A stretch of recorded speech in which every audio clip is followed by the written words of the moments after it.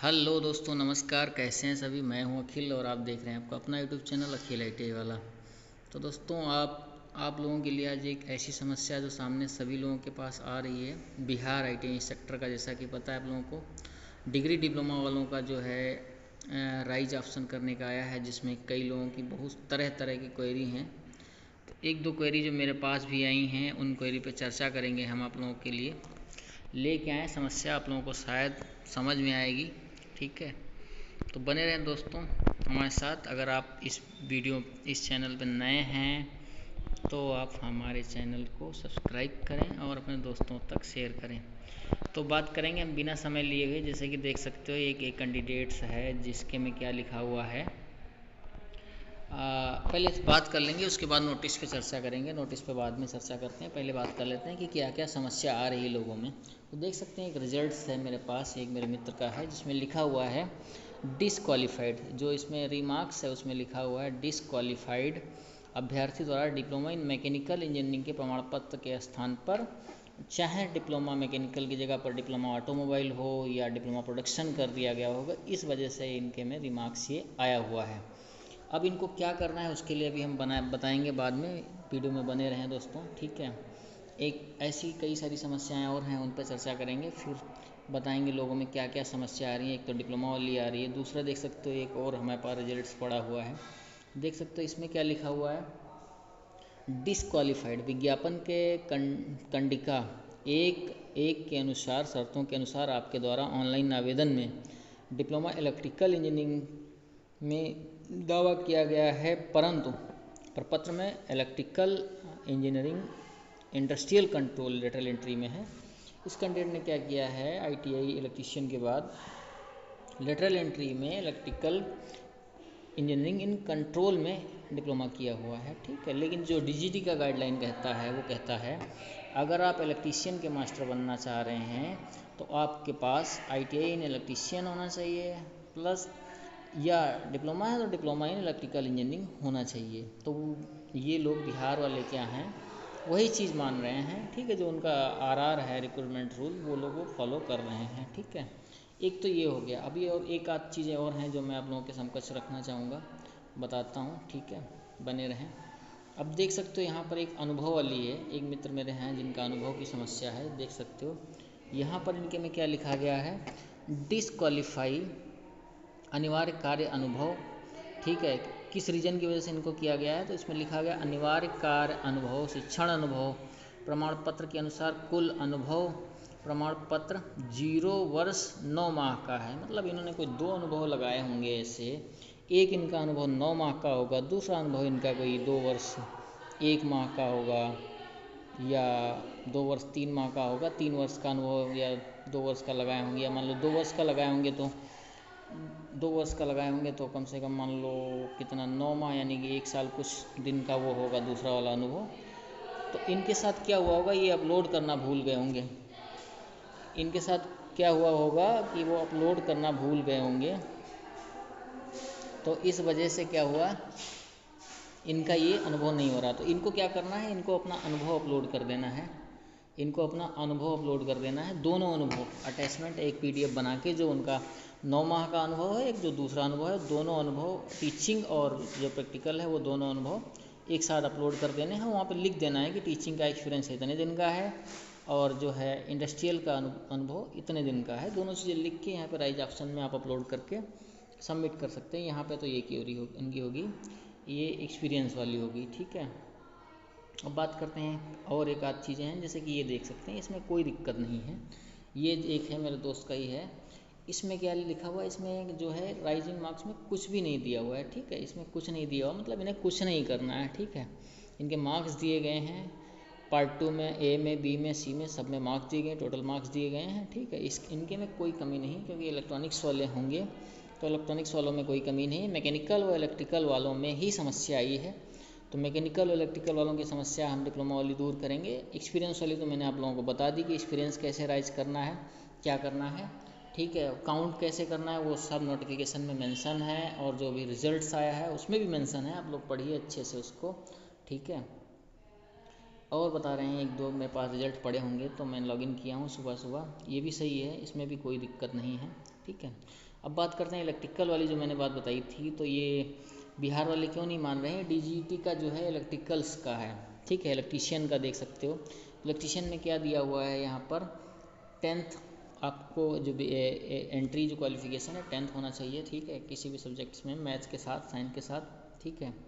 उसके बाद में क्या है, टेक्निकल में देखो यहाँ पर लिखा हुआ है कि टेक्निकल डिग्री में क्या है, degree in electrical electronics engineering में होना चाहिए ICT अप्रूव्ड यूनिवर्सिटी से, या diploma in 3 year electrical engineering या इलेक्ट्रॉनिक्स इंजीनियरिंग होना चाहिए। इसमें यहाँ पे कहीं नहीं मेंशन किया गया है कि इलेक्ट्रिकल कंट्रोल या इलेक्ट्रिकल इंडस्ट्रियल वाली ट्रेड्स मानी जाएंगी। इसलिए क्या है, इन लोगों ने ऐसा किया है कि जो प्योर ट्रेड से हैं उनके में कोई भी क्वेरी नहीं है, जो प्योर ट्रेड से नहीं हैं, इक्विवेलेंट ट्रेड से हैं, उनके में ये क्वेरी हैं, ठीक है दोस्तों। तो उनकी क्वेरी कैसे दूर करनी है हम अभी बताएंगे, आप लोगों को बने रहें वीडियो में, ठीक है दोस्तों।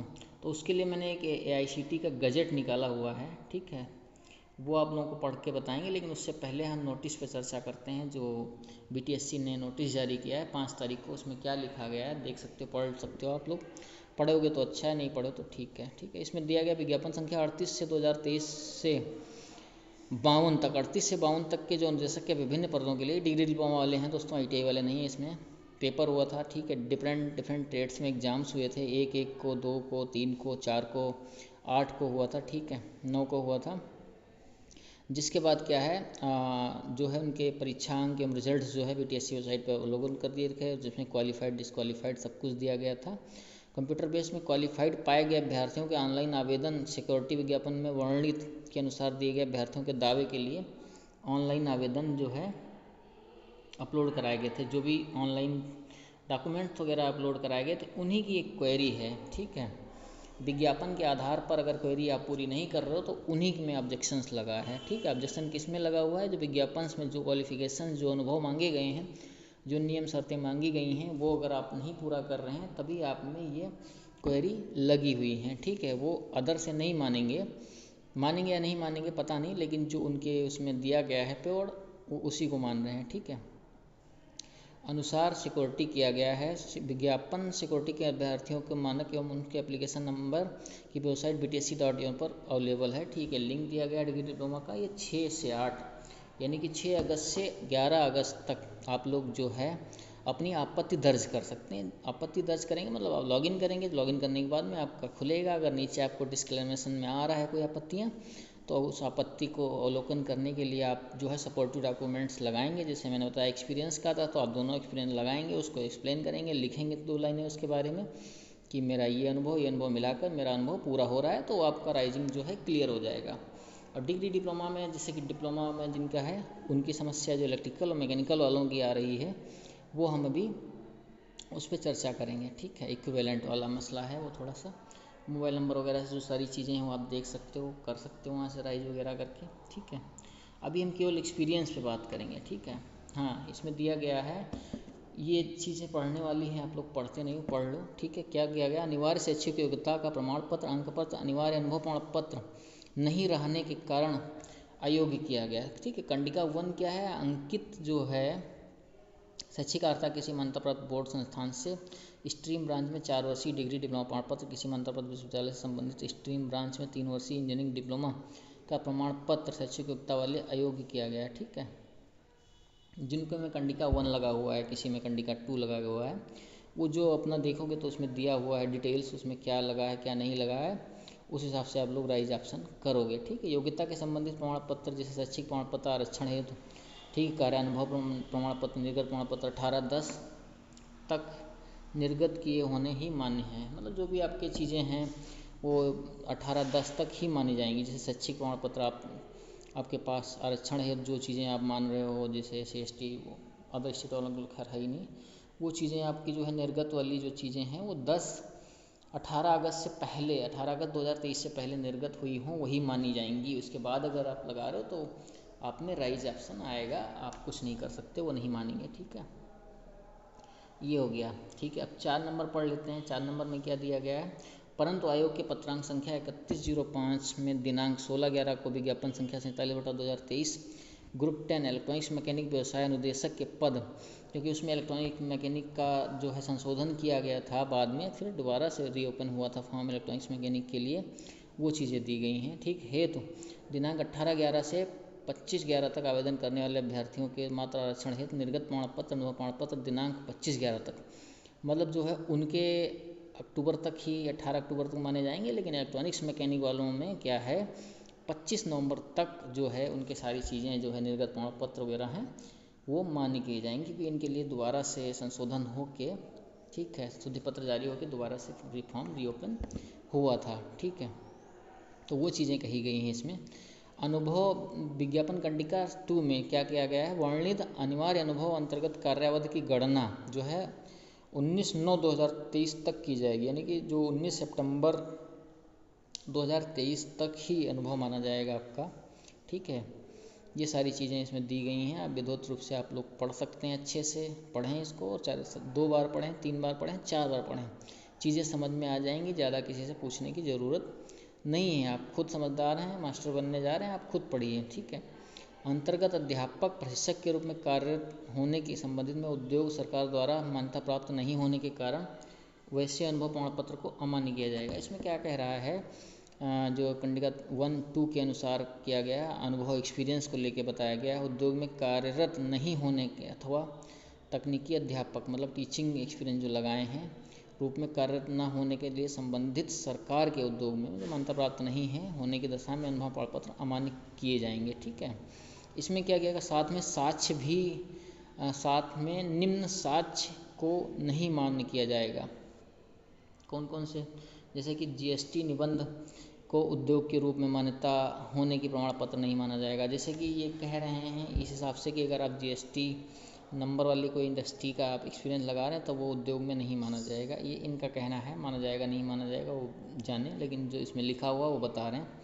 Bihar shop and establishment act के अंतर्गत उद्योग के रूप में मान्यता होने के प्रमाण पत्र मान्य नहीं हो जाएगा। ठीक है, संवेदक लाइसेंस, कॉन्ट्रैक्टर लाइसेंस के अंतर्गत निबंध एवं उद्योग के रूप में मान्यता होने के लिए प्रमाण पत्र को मान्य नहीं है, ये सब नहीं माने जाएंगे। ठीक है, अभ्यर्थी के ईपीएफओ कटौती विवरण, ठीक है, ईपीएफओ कटौती विवरण संबंधित उद्योगों के सरकार मान्यता प्राप्त विवरण नहीं माना जाएगा। ठीक है, ये सारी चीज़ें हैं, ये जो बता रहे हैं ये आप विज्ञापन अच्छे से पढ़ें, सब कुछ इसमें दिया हुआ है कि किस कारणवश आपको रिजेक्ट किया जा सकता है, किस कारणवश नहीं रिजेक्ट किया जा सकता। आप लोग यहाँ से अच्छे से देख सकते हैं, रिजेक्शन का कारण सारा है। लेकिन अभी हम बात करेंगे जो है डिप्लोमा वाली बात करेंगे, हम सीधा डिप्लोमा वाली समस्या सॉल्व करेंगे हम। जैसे कि मैकेनिकल का है, मैंने बताया था ना, कोई मैकेनिकल और इलेक्ट्रिकल 2 ही ट्रेड्स में आ रहा है, ब्रांचेज में आ रहा है मसला। तो हम सीधा चलेंगे, एक आईसीटी का मैंने सपोर्टिव डॉक्यूमेंट लगाया है जिसमें एनेक्शन नंबर 7 है, देख सकते हैं ये। ठीक है, ये एनेक्शन नंबर 7 है, मेरे टेलीग्राम ग्रुप में अखिल ITI वाला टेलीग्राम ग्रुप में मैंने इसका PDF शेयर कर दिया है। पेज नंबर 272 पे ये जो है एनेक्शन नंबर 7 लगा हुआ है, वहाँ पे आप जो है अपनी ट्रेड्स की डिटेल देख सकते हैं। और सपोर्टिव डॉक्यूमेंट में रिलेवेंट डिप्लोमा एंड डिग्री को इक्विवेलेंट कराने के लिए आप सबमिट कर सकते हैं, क्योंकि ये ICT का है तो जायज़ सी बात है बिहार बोर्ड को मानना ही पड़ेगा कि कौन सी ब्रांच किस ब्रांच के इक्विवेलेंट मानी जाती है। ये हम नहीं कह रहे हैं, ये ICT कह रहा है। ठीक है, तो अभी हम बात करेंगे मैकेनिकल और इलेक्ट्रिकल की, ज़्यादा नहीं हम चर्चा करेंगे, तो सीधा चलेंगे हम मैकेनिकल और इलेक्ट्रिकल के बारे में बात करते हैं। तो एनेक्शन नंबर 7 पे आएंगे तो देख सकते हो ये मैकेनिकल आ गया। ठीक है, ये आ गया हमारा मैकेनिकल इंजीनियरिंग। तो मैकेनिकल इंजीनियरिंग किस किस ट्रेड्स के इक्विवेलेंट होती है, तो ऑटोमोबाइल इंजीनियरिंग अगर है तब भी मैकेनिकल में ही आएगी। ऑटोमोबाइल इंजीनियरिंग, ठीक है, ऑटोमोटिव इंजीनियरिंग है, मैकेनिकल इंजीनियरिंग ऑटोमोबाइल है। ठीक है, मैकेनिकल इंजीनियरिंग ऑटोमोबाइल है। ठीक है, ये भी मैकेनिकल में आएगी। ठीक है, उसके बाद में देख सकते हो ये इतनी सारी ट्रेड हैं मैकेनिकल्स की जो यूपी में बहुत सारी रिलेवेंट ब्रांचेस चलती हैं, जैसे एनर्जी सिस्टम इंजीनियरिंग हो गया, हीट पावर इंजीनियरिंग हो गया, मेंटेनेंस इंजीनियरिंग हो गया, मैकेनिकल इंजीनियरिंग इंडस्ट्रियल इंटीग्रेटेड हो गया, मैकेनिकल इंजीनियरिंग प्योर हो गया। लेकिन बिहार वाले क्या कह रहे हैं, प्योर मैकेनिकल इंजीनियरिंग चाहिए हमें। मैकेनिकल इंजीनियरिंग की जगह अगर आपका पास प्रोडक्शन है या ऑटोमोबाइल है तो उन्होंने आप में क्या किया है, राइज ऑप्शन लगा दिया है। तो आप सपोर्टिव डॉक्यूमेंट्स के रूप में आप इसको यूज कर सकते हैं, बता सकते हैं कि हाँ ये सब उसके इक्विवेलेंट ही माना जाता है। ठीक है, तो इसमें मैकेनिकल इंजीनियरिंग आरएसी, ठीक है, mechanical engineering power plant engineering, mechanical tubewell engineering, mechanical repair and maintenance, ठीक है, RAC air conditioning, CAD CAM, ये सारे मैकेनिकल के इतने सारे हैं, ठीक है। आपको देखना है कि आपका कौन सा है और उस पर आप जो है हाईलाइट करके उसको प्रोडक्शन में देख सकते हो। ये प्रोडक्शन में इतने सारे हैं, कैड कैम, ऑटोमोबाइल, ठीक है, जो भी आपका है आप उसको एक रेफरेंस के तौर पे यूज कर सकते हैं, ठीक है। ये तो हो गया मैकेनिकल का। अब बात करते हैं इलेक्ट्रिकल का। सिविल का तो सबको पता है, सिविल इंजीनियरिंग ड्राफ्ट्समैन हो गया, कंट्रोल हो गया, बिल्डिंग कंस्ट्रक्शन हो गया, प्लानिंग हो गया, रूलर हो गया, ये सब सिविल में आते हैं, ठीक है। इलेक्ट्रिकल में हम बात करेंगे सीधा, क्योंकि इलेक्ट्रिकल के ही लड़कों में कई सारी समस्या आ रही है।